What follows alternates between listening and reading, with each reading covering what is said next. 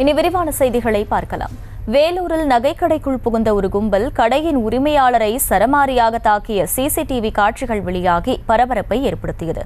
இந்நிலையில் தாக்குதல் நடத்திய அதிமுக மற்றும் அமமுக பிரமுகர்கள் உட்பட 5 பேரை போலீசார் கைது செய்து சிறையில் அடைத்தனர்.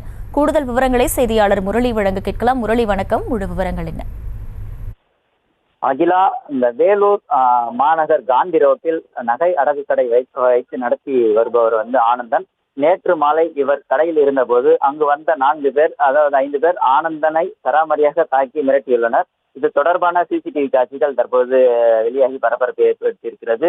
இது குறித்து வேலூர் வடக்கு காவல் நிலையத்தில் அந்த அளித்த புகாரின் பேரில் நகைக்கடை உரிமையாளர் ஆனந்தன் என்பவருக்கும் சேன்பாக்கம் பகுதியில் நீச்சல் குளம் இருப்பதால் அதே பகுதியை சேர்ந்த 5 நபர்கள் அடிக்கடி தன்னிடம் தகராறு செய்ததாகவும் அதை கண்டித்து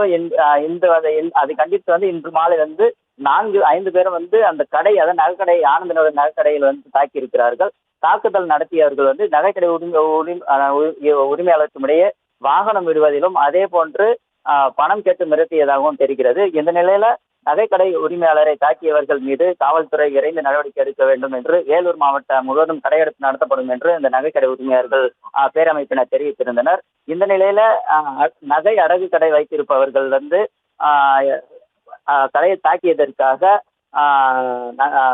அடிப்படையில் தாக்குதல் நடத்தின அடிப்படையில் அதிமுக மாநகர மாவட்ட அணி செயலாளர் ராஜேஷ், சேன்பாக்கம் பகுதியை சேர்ந்த அதிமுக வட்ட செயலாளர் கார்த்திகேயன், அமமுகவை சேர்ந்த டக்கர் என்கிற ஜானகிராமன் ஆகியோர் உட்பட 5 பேர் மீது வடக்கு காவல்துறையினர் அவர் மீது வழக்கு பதிந்து விசாரணை நடத்தி தற்போது அவர்களை கைது செய்திருக்கிறார்கள்.